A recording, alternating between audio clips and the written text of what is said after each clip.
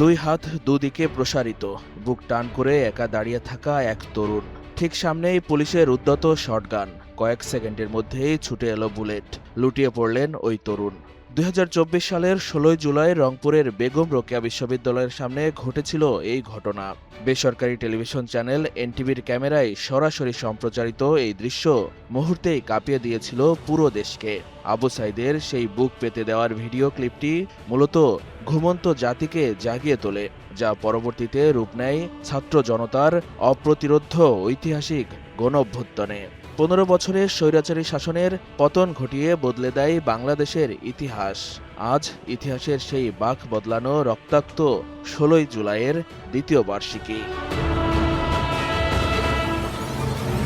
রক্তাক্ত সেই বিকেল ও সাইদের দ্রোহ, শিক্ষার্থীদের রাজাকারের নাতিপুতি বলে গালি দেওয়ায় বিশ্ববিদ্যালয়গুলোতে শেখ হাসিনার বিরুদ্ধে ফুঁসে ওঠে ছাত্রছাত্রীরা। সেই দাবানল ছড়িয়ে পড়ে সারা দেশে। এরই মধ্যে ১৫ জুলাই ঢাকা ও জাহাঙ্গীরনগর বিশ্ববিদ্যালয়ে আন্দোলনরত সাধারণ শিক্ষার্থীদের ওপর তৎকালীন ক্ষমতাসীন দলের ছাত্র সংগঠন ছাত্রলীগের বর্বরচিত হামলার প্রতিবাদে পরদিন ১৬ই জুলাই দেশব্যাপী বিক্ষোভ কর্মসূচি ঘোষণা করা হয়েছিল। সেদিন সারা দেশেই পুলিশ ও ছাত্রলীগ আন্দোলনকারী শিক্ষার্থীদের বিরুদ্ধে মারমুখী অবস্থান নিয়েছিল। সবচেয়ে হৃদয়বিদারক ঘটনাটি ঘটে রংপুরের বেরোবি ক্যাম্পাসের ১ নম্বর গেটের সামনের সড়কে। প্রত্যক্ষদর্শীদের বর্ণনা অনুযায়ী শিক্ষার্থীরা জড়ো হলে পুলিশ সাউন্ড গ্রেনেড, টিয়ার সেল ও লাঠিচার্জ শুরু করে। এক পর্যায়ে সবাই তখন ছত্রভঙ্গ। তখন রাস্তার মাঝে পুলিশের মুখোমুখি দুহাত প্রসারিত করে বীর দর্পে দাঁড়িয়ে যান বেরোবির ইংরেজি বিভাগের মেধাবী শিক্ষার্থী আবু সাইদ। তার হাতে ছিল কেবল একটি লাঠি। মাত্র ১৫ মিটার দূরে রাস্তার উল্টো পাশ থেকে পুলিশ শটগান দিয়ে সরাসরি তার বুক লক্ষ্য করে গুলি চালায়। একের পর এক গুলি লাগার পরও আবু সাইদ বুক টান করে দাঁড়িয়েছিলেন। কিছুক্ষণ পর মাটিতে লুটিয়ে পড়েন আন্দোলনের এই সমন্বয়ক। বেসরকারি টেলিভিশন চ্যানেল এনটিভির লাইভ ক্যামেরায় আবু সাইদের এই বীরত্ব ও নির্মম হত্যাকাণ্ডের দৃশ্য সরাসরি সম্প্রচারিত হয়। সামাজিক যোগাযোগ মাধ্যমে মুহূর্তেই ছড়িয়ে পড়া সেই ভিডিও ক্লিপ যেন টেকনাফ থেকে তেঁতুলিয়ায় জাগরণ তোলে। এ ঘটনায় আন্তর্জাতিক অপরাধ ট্রাইব্যুনালে শেখ হাসিনা সহ ৩ জনের বিরুদ্ধে করা মামলায় প্রত্যক্ষদর্শী সাক্ষীদের বর্ণনাতেও উঠে আসে আবু সাইদ হত্যার ভয়াবহ চিত্র।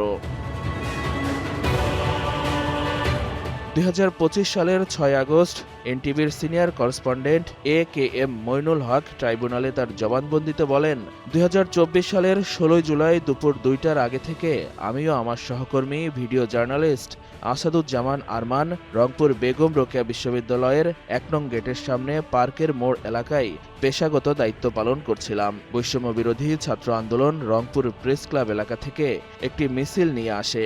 আমরা সেখানে অবস্থান করছিলাম। মিছিলটি যখন বেগম রোকেয়া বিশ্ববিদ্যালয়ের ১ নং গেটের সামনে আসে, সেখানে আগে থেকেই উপস্থিত ছিল পুলিশ, ছাত্রলীগ, যুবলীগ ও সরকারি দলের সমর্থকেরা বাধা দেয়। পুলিশের আশেপাশে বিশ্ববিদ্যালয়ের কিছু কর্মকর্তা ও কর্মচারীদেরও দেখতে পাই।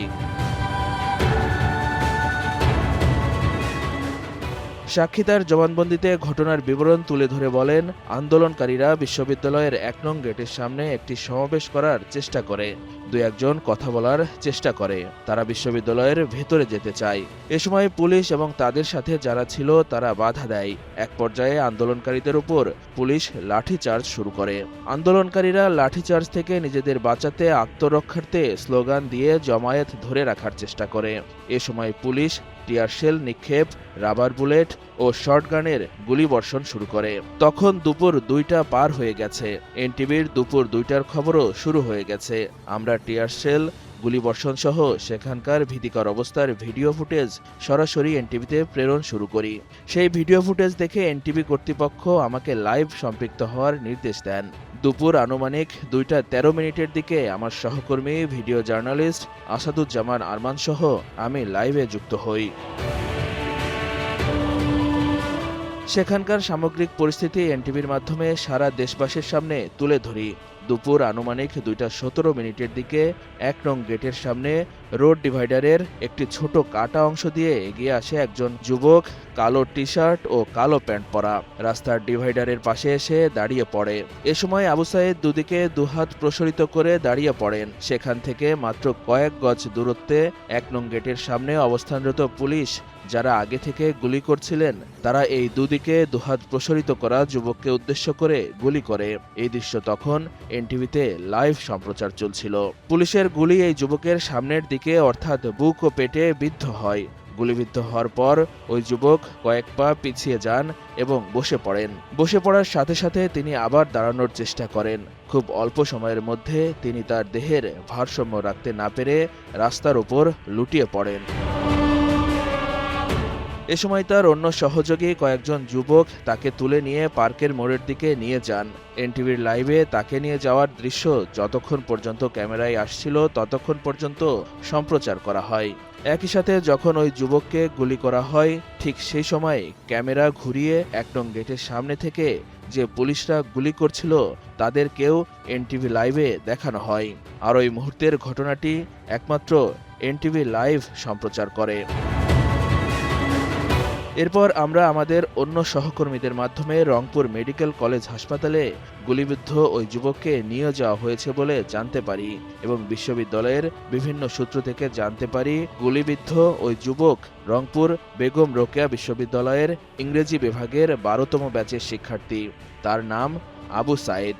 বিকেল 3টার দিকে আমরা জানতে পারি রংপুর মেডিকেল কলেজ হাসপাতালে গুলিবিদ্ধ আবু সাঈদ মৃত্যুবরণ করেছেন। 23 বছর বয়সী আবু সাঈদ 5 ভাই ও 3 বোনের মধ্যে সবার ছোট ছিলেন। সাঈদ তার পরিবারের মধ্যে প্রথম ব্যক্তি যিনি বিশ্ববিদ্যালয়ে পড়াশোনা করেছেন। তিনি শুরু থেকেই কোটা আন্দোলনে অংশ নিয়েছিলেন। গণঅভ্যুত্থানের প্রথম শহীদ ও রংপুরের বেগম রোকেয়া বিশ্ববিদ্যালয়ের শিক্ষার্থী আবু সাঈদ হত্যা মামলার রায় 2026 সালের 9 এপ্রিল ঘোষণা করা হয়। এতে 2 জনের মৃত্যুদণ্ড, 3 জনের যাবজ্জীবন কারাদণ্ড এবং বাকি 25 জনকে বিভিন্ন মেয়াদে সাজা দেন আন্তর্জাতিক অপরাধ ট্রাইব্যুনাল 2 এর চেয়ারম্যান বিচারপতি নজরুল ইসলাম চৌধুরীর নেতৃত্বাধীন 3 সদস্যের ট্রাইব্যুনাল। বেঞ্চের অপর 2 সদস্য বিচারক মোহাম্মদ মঞ্জুরুল বাসিদ ও বিচারক নূর মোহাম্মদ শাহরিয়ার কবির।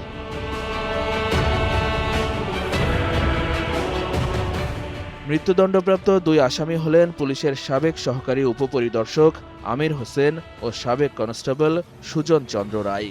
যাবজ্জীবন কারাদণ্ডপ্রাপ্ত 3 আসামি হলেন সাবেক সহকারী কমিশনার মোহাম্মদ আরিফুজ্জামান, সাবেক পরিদর্শক নিরস্ত্র রবিউল ইসলাম ও সাবেক এসআই নিরস্ত্র বিভূতিভূষণ রায়। বেগম রোকেয়া বিশ্ববিদ্যালয়ের সাবেক উপাচার্য হাসিবুর রশিদ সহ এ মামলার মোট আসামি 30 জন।